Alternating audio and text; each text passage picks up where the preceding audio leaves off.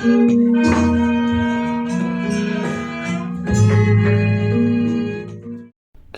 pasti pernah ya, baik itu mendengar istilah kisah Mahabharata atau bahkan menonton, baik itu melalui YouTube atau ya pernah juga tayang di televisi ya, tentang kisah atau cerita Mahabharata.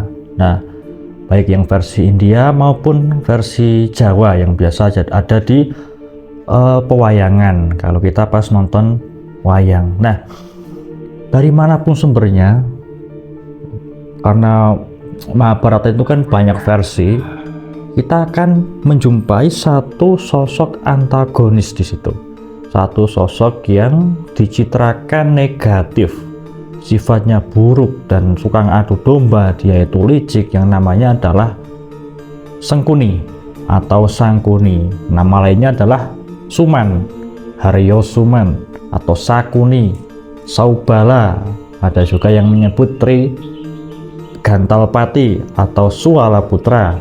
Nah, yang dia itu pada dasarnya adalah seseorang yang sangat cerdas, tetapi dia itu sangat licik.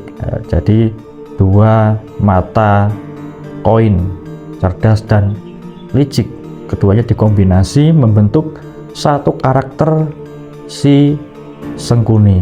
Ya, dia itu jadi tukang adu-adu yang nantinya terjadi perang saudara ya pada dinasti Kuru. Nanti juga ada perang antara Pandawa dan Kurawa, padahal mereka itu bersaudara. Nah, apa yang kemudian mendasari si Sengkuni ini dia menjadi sosok yang jahat sekali, jahat sekali.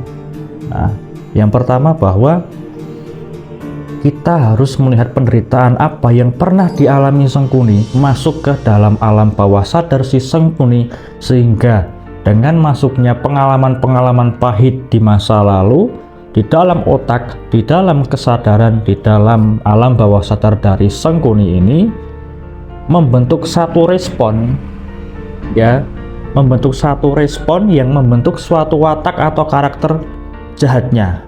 Yang pertama bahwa si Sengkuni dan keluarganya, jadi dia itu punya banyak saudara ya di dalam keluarganya. Dia itu bersama dengan 101 orang yang mana itu saudaranya semua, dia tuh dikurung di dalam penjara. Nah, dikurung di dalam penjara, dan oleh yang mengurung, oleh yang memenjarakan ya, dari pihak keluarga dari Pandawa itu hanya diberikan makan satu orang itu satu butir nasi saja. Nah, ini luar biasa. Jadi di situ ada 101 orang, masing-masing satu orang dikasih makan itu di dalam penjara itu hanya satu butir nasi masing-masing orang. Nah, selama mendekam di dalam ruang tahanan itu di penjara itu, dia juga ya tentu ada penyiksaan-penyiksaan, ada kemudian banyak kekerasan yang terjadi, apalagi zaman kerajaan, zaman monarki. Zaman itu belum ada Komnas HAM, belum ada satu perkembangan ilmu pengetahuan terkait hak asasi manusia yang sampai memperjuangkan hak asasi manusia meskipun dalam penjara. Seperti pada saat ini mereka mendapatkan suatu penyiksaan ya, bagaimana tahanan pada umumnya. Nah, dan kemudian di dalam pandangan mereka ini, lama-kelamaan mereka itu berpikir bahwa tidak mungkin mereka itu akan mampu bertahan hidup semuanya kalau hanya makan satu butir nasi. Nah, itu hanya secara tidak langsung ya, mereka itu menganggap itu tuh hanya sebagai satu upaya untuk penyiksaan atau menghabisi mereka itu secara perlahan, biar mati, menderita mati, tersiksa perlahan-lahan. Pada akhirnya nanti Sengkuni dan seluruh keluarganya itu yang ada di penjara itu berunding, jadi rembukan ya, musyawarah menentukan siapa yang kiranya harus bertahan hidup. Untuk apa? Untuk menegakkan harga diri keluarga. Jangan sampai semuanya itu habis, benar habis keluarga dari keluarga besarnya si Sengkuni ini sampai habis. Jangan sampai. Jadi harus ada, meskipun satu harus tetap hidup. Nah, hasil dari perundingan itu atau hasil dari musyawarah itu memutuskan bahwa anak tertua dari keluarga mereka, yaitu ya si Sengkuni itu harus tetap bertahan hidup dari 101 orang yang ada di situ. Nah, kalau keluarga yang lain ya sudahlah, misalkan meninggal ya sudah direlakan saja. Yang penting ada satu yang masih hidup, dan yang terpilih adalah si Sengkuni. Nah, kemudian keluarga yang lain tentu harus merelakan jatah 1 butir nasi itu kepada si Sengkuni. Jadi tiap harinya si Sengkuni itu harus mengumpulkan atau dikasih masing-masing dari saudara-saudaranya yang berjumlah 100 orang itu 1 butir nasi. Jadi terkumpul 100 butir nasi untuk dia makan di dalam 1 hari. Dan kemudian saudara-saudara itu satu persatu mati di dalam keadaan kelaparan, ya, dehidrasi, kurang nutrisi, dan juga tentu tersiksa sekali, sakit, ya, apalagi dapat penyiksaan. Dan kalau ada yang mati, berarti di situ ada jasad orang yang mati. Nah, di situ bukannya dikubur, tapi kan dibiarkan saja oleh pihak penahan. Nah, di situ jasad saudara Sengkuni yang mati itu dimakan oleh si Sengkuni. Untuk apa? Dengan tujuan untuk mempertahankan hidup, mempertahankan kehidupan. Karena Sengkuni butuh nutrisi lebih, karena dia hanya satu-satunya yang boleh hidup dan juga yang diperjuangkan kehidupannya. Maka si Sengkuni tiap harinya ketika ada yang mati, dari satu persatu saudaranya dia makan jasad mayat si saudara tersebut. Wah, itu bisa dibayangkan bagaimana kondisi secara psikis, secara psikologis si Sengkuni pada saat itu, ya, yang dia itu sangat terpaksa harus makan 101 butir nasi yang berlaukan bangkai mayat dari si keluarganya itu. Wah, ini luar biasa sekali. Dan dia berhasil melewati hari demi hari, waktu demi waktu, ya, menit demi menit, bahkan detik demi detik. Kemudian juga ketika dia itu akhirnya bebas, ya, akhirnya dia itu bisa bebas, dan juga ada juga adiknya atau kakaknya. Jadi ada versi yang mengatakan adiknya, ada yang mengatakan kakaknya. Nah, ini perempuan namanya Gandari. Nah, Gandari ini mau dinikahi oleh Des atau Dretarastra atau Destrarasta. Nah, itu adalah pangeran, ya, dari Hastinapura, ya, pihak yang memenjarakan si Sengkuni itu, yang mana ternyata dia itu buta. Sedangkan Gandari itu adalah putri yang dia itu sangat cantik, sangat luar biasa. Karena ya namanya putri pasti tubuhnya terawat, wajahnya pasti bersih, dan kesehatannya bagus, ya, fisiknya baik, cerdas. Nah, ternyata mau dinikahi oleh seorang pangeran tunanetra buta dari Hastinapura, Destrarasta, sehingga si Sengkuni ini tidak rela. Pada dasarnya dia tidak rela. Wah, dan ini makin dendamnya ini makin membara, kemarahan yang dipendam ini makin membara, tapi dia masih belum bisa apa-apa. Pada akhirnya ya namanya juga kalah dari segi politik, ya.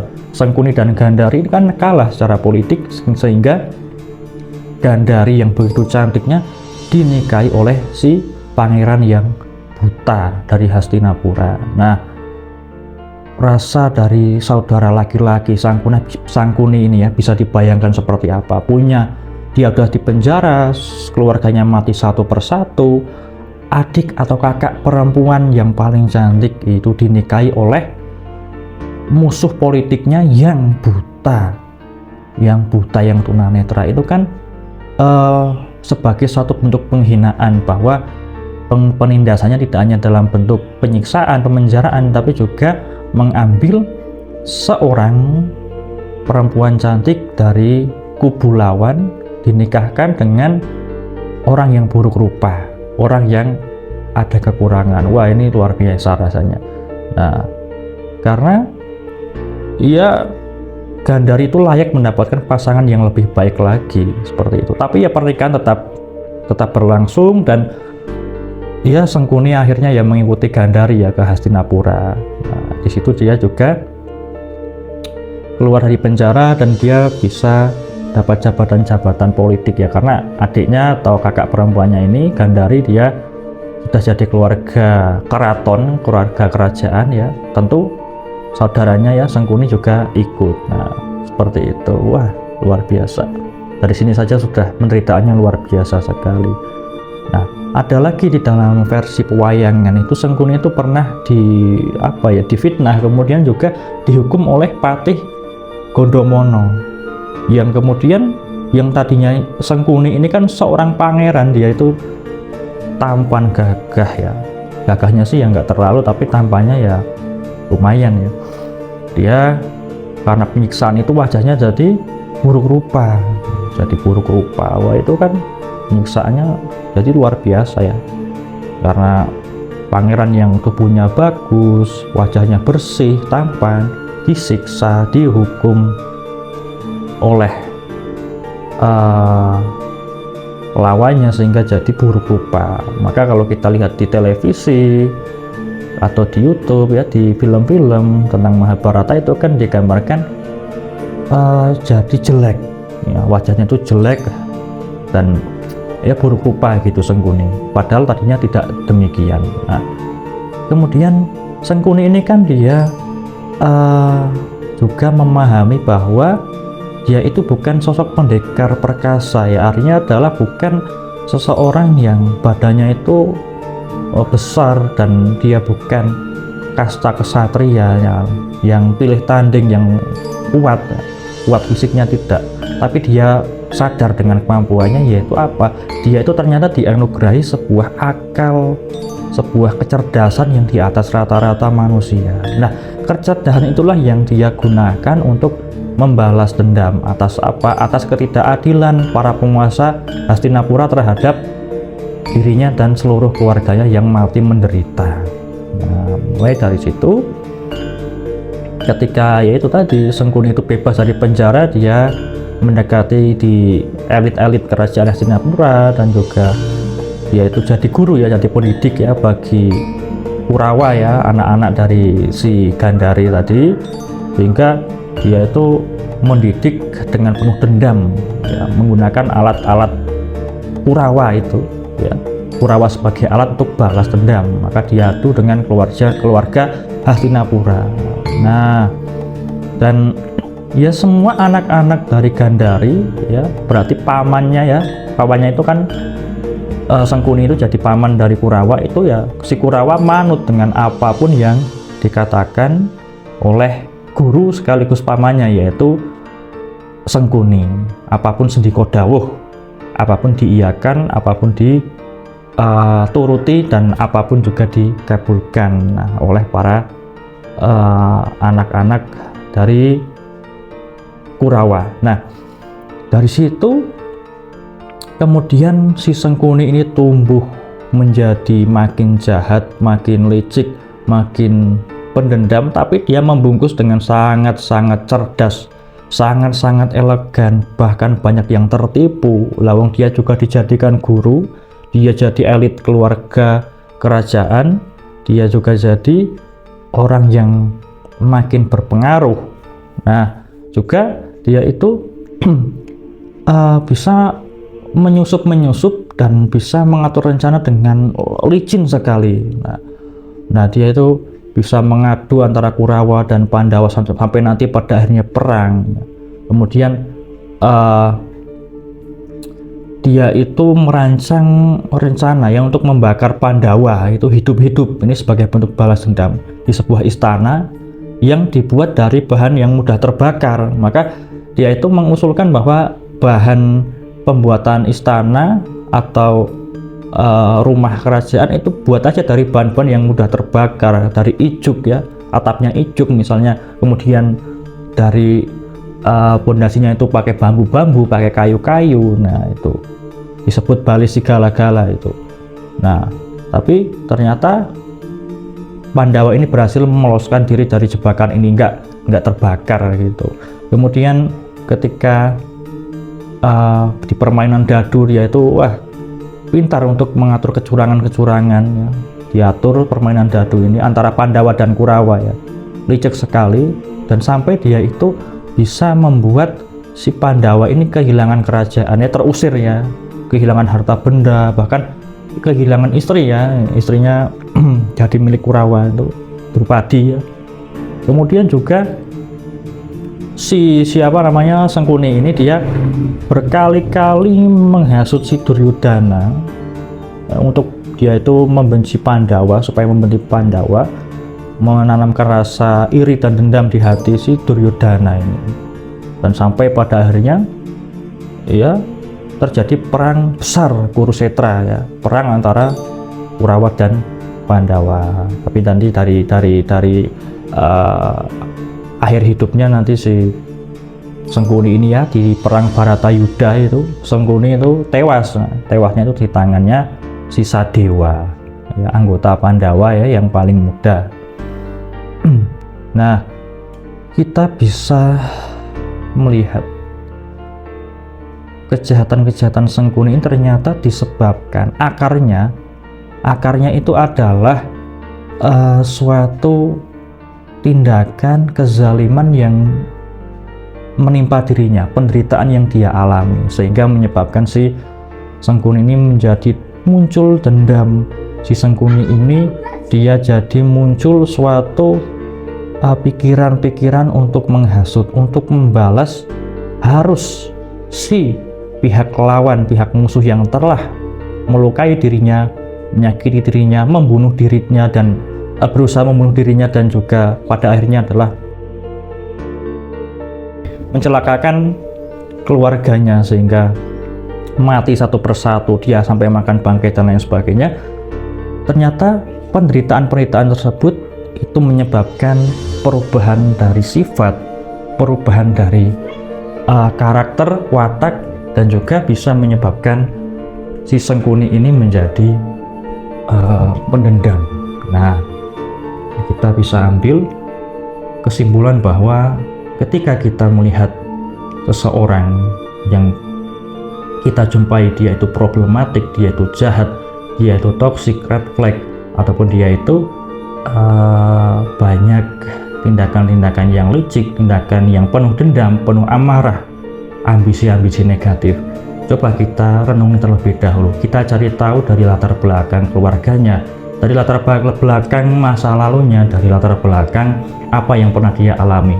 Mungkin saja dia mengalami penderitaan, mengalami kezaliman, mengalami tindak kejahatan yang kemudian membentuk akal, dan juga di dalam alam bawah sadarnya ia akan membalas. Itu adalah sebagai bentuk pertahanan diri, sebagai bentuk self defense, yang mana itu memang alami di dalam tiap insan, di dalam setiap individu. Itu memang wajar. Coba nanti kalau kita menjumpai orang-orang yang punya banyak penderitaan dan menjadi jahat, maka jangan kita menjudge, jangan kita kemudian memvonis dia begini begitu. Kalau bisa kita pancarkan cinta kasih, kalau bisa kita bantu dia, kalau bisa kita nasihati dia, kalau bisa kita dekati, kita temani, kita dengarkan seluruh keluh kesah dia, dan kita sampai pada titik, oh ternyata ini sebabnya. Karena semua itu terjadi bukan tanpa sebab, karena semua itu terjadi bukan tanpa suatu hal yang mendasari ya, terikat dengan hukum sebab akibat, terikat dengan suatu kausalitas atau sebab yang mendasari. Seperti itu, kita jadi tidak mudah menghakimi, kita jadi tidak mudah memvonis, dan kita juga jadi lebih berbelas kasih kepada semua makhluk, dan juga kita bisa menimbulkan rasa ingin menolong, ingin membantu, dan berempati. Nah, maka di dalam satu kalimat berbahasa Jawa yang mungkin teman-teman pernah dengar atau bahkan tidak pernah mendengar, yaitu angkara murka tukul saka wong kang atine cidra. Angkara murka itu tukul atau tumbuh saka wong kang atine cidra, dari orang yang hatinya cedera, orang yang hatinya sakit. Cidra itu cedera, sakit. Angkara murka tukul saka wong kang atine cidra. Angkara murka tumbuh muncul dari orang yang hatinya terluka, hatinya sakit. Maka kita ambil tadi dari kisah Mahabharata, sosok Sengkuni, kita bisa relevansikan, kita ambil contoh-contoh yang lain di banyak kisah, mungkin banyak film, atau bahkan kisah kehidupan yang konkret, yang nyata, yang pernah kita jumpai. Misal kita ke dalam lingkungan atau ke dalam satu lingkungan masyarakat, yang mana di situ ada dia itu kenapa kok sampai tega membunuh. Misal kita main-main ke sel ketahanan, kenapa kamu kok sampai tega membunuh? Kita tanyakan pada pelaku pembunuhan. Ternyata dia itu sering dihina, dia itu sering dizalimi sebelumnya, dia itu sering kemudian dibully pada pengalaman masa lalunya, sehingga lama-kelamaan menimbulkan dendam, rasa sakit hati, dan pelampiasan. Ya, pada akhirnya adalah pelampiasan. Dia harus merasakan penderitaan yang sama atau lebih dari yang saya derita. Saya bisa dihina, saya bisa dikata-katai, saya bisa dibully, tapi saya juga bisa menghancurkan, ya, dalam arti membunuh si pelaku itu tadi, ya, pelaku pembulian yang dia kemudian jadi korban pembunuhan. Nah, seperti itu. Atau kita bisa juga melihat seorang yang kemudian dia itu sombong, tukang pamer, dia itu narsistik. Kita lihat di masa lalunya seperti apa. Oh, ternyata dia itu dulu miskin sekali, dia itu dulu itu ternyata sering dihina, dia itu dulu itu sering dikata-katai, dijauhi orang karena dia miskin, karena dia tidak punya apa-apa. Sekarang dia sudah punya apa-apa, dia mau membuktikan kepada seluruh dunia bahwa dia itu ternyata juga bisa memiliki apa yang sekarang dia miliki, yang dulu tidak bisa dimiliki. Kemudian kita bisa melihat orang yang kemudian dia itu dia suka berbohong, dia itu kemudian sampai suka berbohong sampai dia itu suka mencuri. Oh, ternyata dulu masa kecil dia itu kalau menceritakan apa adanya dengan orang tua pasti dimarahi, sehingga dia menimbulkan rasa kecenderungan untuk berbohong sampai tertanam sampai kepada dia dewasa. Dia itu suka mencuri karena dulu zaman kecil dia tidak dituruti, kalau mau minta sesuatu tidak dituruti dalam tanda kutip, kan memaksa untuk dituruti, tapi memang keadaan yang tidak mendukung, ya. Misal orang tuanya kurang mampu, nah dia pada akhirnya sering mengambil barang temannya, nah, untuk memenuhi kepuasan dirinya, dan itu terbawa sampai dia itu menjadi dewasa. Nah, jadi semua itu kalau kita mau menarik garis ke belakang suatu benang merah, itu kita bisa lebih memahami orang lain, tidak fokus kepada satu perbuatan yang dilakukan, tapi apa yang mendasari dari yang dialami oleh si pelaku tindak kejahatan. Seperti itu. Maka kita berhati-hatilah, jangan sampai kita menanamkan di hati orang lain sebuah luka, di hati orang lain sebuah dendam, di hati orang lain suatu hal yang memicu dia itu tersakiti dan akhirnya menderita, dan itu membentuk dirinya untuk membalas. Oke, mungkin itu saja kita sharing di kolom komentar. Terima kasih, salam sejahtera bagi kita semua, semoga semua makhluk hidup berbahagia.